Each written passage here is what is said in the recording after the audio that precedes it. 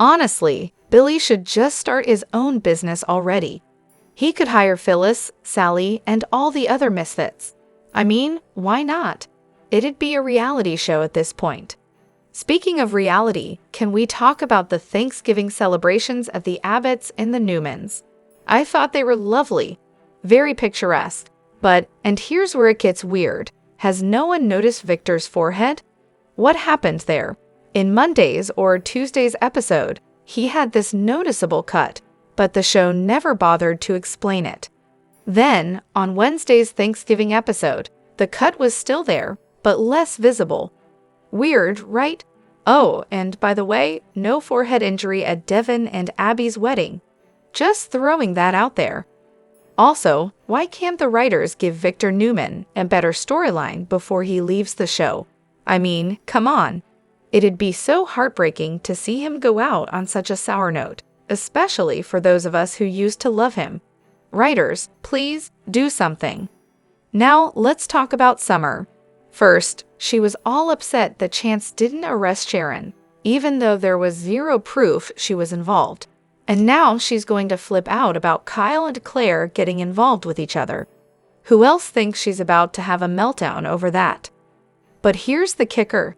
Sharon, who was thought to be dead, comes back and poisons everyone, trying to murder them all, and she gets off scot-free. But Sharon has a breakdown, and Victor's ready to throw her to the wolves. Seriously, Victor, what the heck? Hey everyone, welcome back to Radiant Serum. I'm Aubrey, and I hope your day is shining bright. Thank you for joining me. Let's jump right into today's video. So who was the mysterious woman lurking in the background during the final scene on Wednesday? She just stood there, watching the Newmans bask in their family glory, and then, in true fashion, she turned and walked off. Seriously, who is that? Just some random observer? Or is this a setup for something more? And speaking of people with questionable motives, Amy Lewis, she's just out here spinning her web of lies, and I'm really hoping Audra is sharp enough to catch on. That would be chef's kiss material right there. As for Claire's chat with Victor and Nikki, I mean, it was nice that Claire actually spoke up to Victor, though, let's be real, it was a bit too soft. But hey, she did try. Still, nothing either of them said made me rethink how absolutely awful these characters have become. Honestly, it would be refreshing if Claire started connecting the dots, maybe even seeing some truth in Jordan's warnings about the cold, self-centered Newman family. Could make for a fun storyline if the writers actually explored that angle, but I won't hold my breath. Now, here's what I really want to see. Johnny being the sarcastic, smart-mouthed teen we all know and love, totally giving Victor the business. No anger, no fights, just pure, fearless, witty rebellion. He's so not intimidated by Victor's "everything I do is for the family" shtick. I can see Johnny dropping lines like, "Yeah, all about family, until you don't agree with him. Bet you know all about that, right, Mom?" Victoria's probably going to try to shut him down, but Johnny's 16, not some lowly employee, so he's got zero fear of getting fired. Johnny already threw out the question of how much Victor actually needs. He could totally become Geno City's own mini-activist, the Occupy Wall Street version of a Newman. Let's be real, he'd be amazing at it. Kyle, oh, he really is a piece of work, isn't he? Just pulls Claire away from her family on Thanksgiving, and there she goes, trotting along like some loyal puppy. And sure, let's all pretend Harrison would actually rather spend the holiday with Claire than Summer. Yeah, that makes total sense. I'm just waiting for Harrison to slip up and call Claire Mommy in front of Summer. The chaos that would cause? Unmatched. Summer would lose it faster than you can say awkward family moment. Possible departures? Victor's got everything lined up, doesn't he?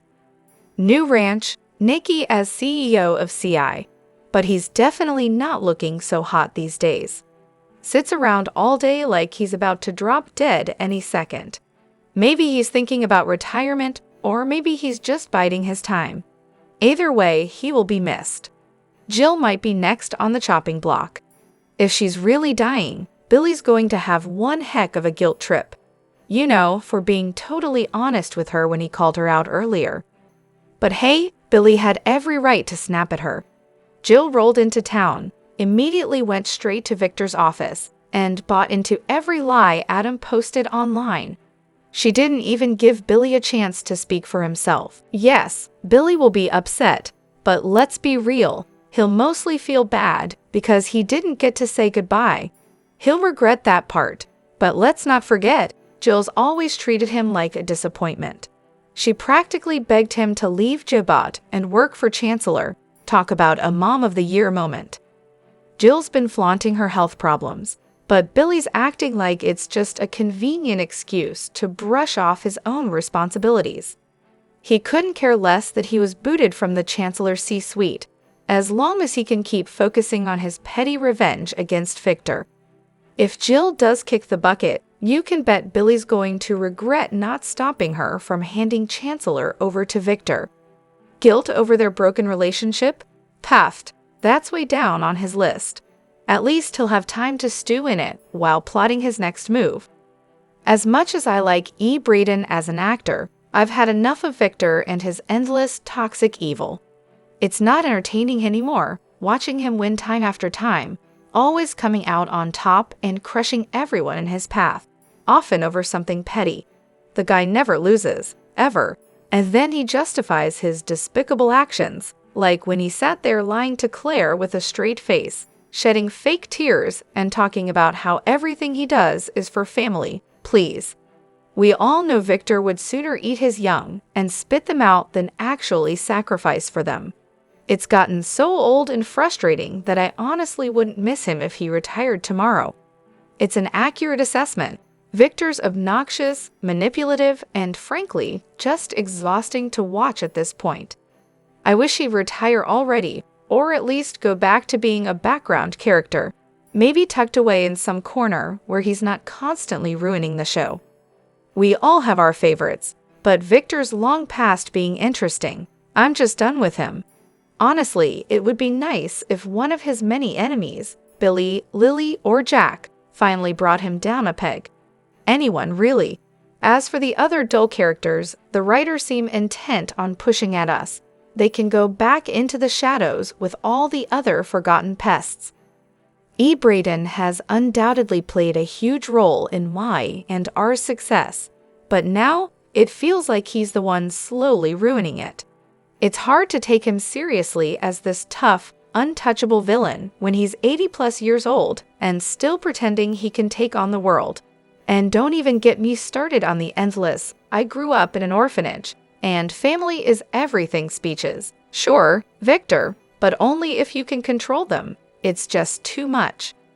At this point, I'd be happy to see him in a recurring role. A little Victor here and there is fine, but not every day. Enough is enough. Does anyone else get completely fed up when Nick or Phyllis call Summer Supergirl? I mean, she's a grown woman now. Enough with the pet names already. It's just as irritating as Victor still calling Nikki my baby. But you know what? I've kind of come around to it. It's Nick's little nickname for the daughter he nearly lost because of her peanut allergy. I can actually see the affection behind it. Sure, some nicknames are a bit ridiculous, but hey, plenty of families hang on to them even when the kids are adults. It's not a big deal. Now, I'll admit, I think Supergirl is a dumb nickname, but at least it came from a place of love, unlike Victor's endless Billy boy for his son. I can't believe he still says that to Victoria, right to her face, and she just takes it without even a hint of a reaction. But of course she does. In the end, Victoria will always let her father mock, belittle, and push away every man in her life. It's a seriously messed up, toxic dynamic that keeps her from ever truly growing up or finding a real, lasting relationship, as much as anyone can in soap opera land anyway. Now that would be a compelling storyline to dive into. But let's be real, JG would never write it, and EB would probably refuse to play it. Will we finally see Christian at Christmas? This invisible child is long overdue for an appearance. Seriously, whether he's still a little kid or has somehow become a tween overnight. Can we please get a glimpse of him? Come on, Nick, stop pretending he doesn't exist. Who's taking care of him while you're off figuring out Sharon? Even Aunt Victoria could have him visit. She's got her own brood to wrangle, so why not add one more? And then there's Griffith. I roll like he's ever part of a positive storyline. A nice Christmas episode with some kids would be great, but I'm guessing Nick's just got the nanny on duty, watching Christian in the background while everyone else has their drama. This lost child of Nick's has been MIA for years now. How is that even remotely justifiable? I just don't get it. 20 years ago, they killed off Cassie in a car accident. About 11 years ago, Delia met her tragic end in a hit-and-run. Now Christian? He might as well be dead for all the screen time he's getting. What does Audra believe in? Well, she doesn't believe in marriage, relationships, holidays, or family. Honestly, who would want to be around that kind of downer? I don't care how great she looks. That's a hard pass. But hey, she's all about chasing after challenges and doing whatever makes her happy. And honestly, there's nothing wrong with that. Marriage, kids, all that domestic stuff, it's not for everyone. It's refreshing to have someone who strays from the traditional mold. I do have to admit, I liked that she brought a birthday cake to Thanksgiving at Nate's, such as it was. Honestly, our Thanksgiving dinners often feature birthday cake for dessert. We've got a couple of birthdays around that time, and somehow, we end up celebrating with 30-plus people crammed into the house. It's chaotic, but it works.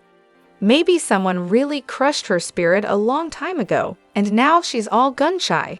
Or maybe she's been through some kind of abuse that's left her guarded and jaded. Audra's the type who can put on a tough, ruthless act when she's after something, but there's more to her than meets the eye. People don't just act the way she does for no reason. Beneath the surface, I'm sure she's someone completely different. So I guess the expired license plate was just a red herring after all. People were speculating about its significance, and then silence. So should we assume it was never meant to mean anything? Classic? And the child's drawing, don't get me started.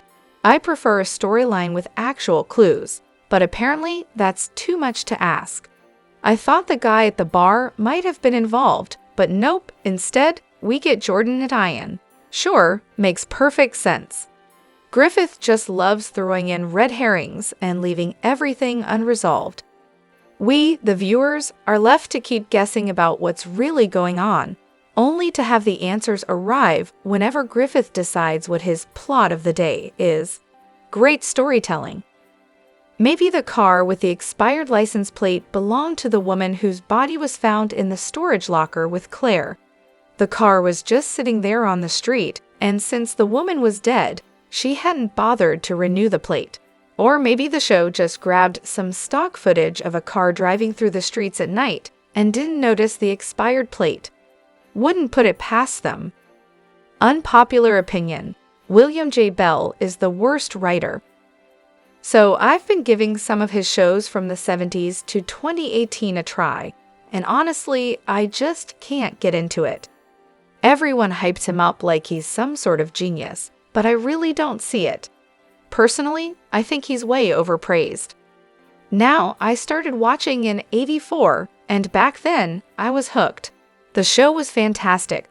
Bell's writing was on point, and I couldn't help but appreciate what he created. But that was then, and this is now. I know, hot take, especially in this fandom. But hey, I'm genuinely curious. What makes you think Bell's writing was so great? Fan 1. I thought he was amazing. You must be a fan of that hack, GGG, huh? I used to love Y and R when he was writing it. My grandparents and I watched it together and never missed an episode.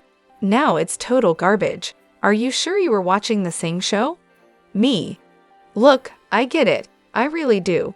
I used to enjoy it too.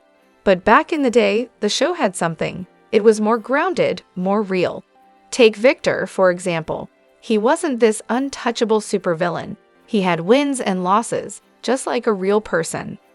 Now, it's like the drama's been drained out and the plot lines are so predictable, it's like reading a book you've already read a dozen times. I still love the show, of course. I'm loyal, no matter what. But let's be real, it's just not what it used to be. It's like a shell of itself. Fan 2. Wait, what? Belle was great. Sure, life was different in the 70s.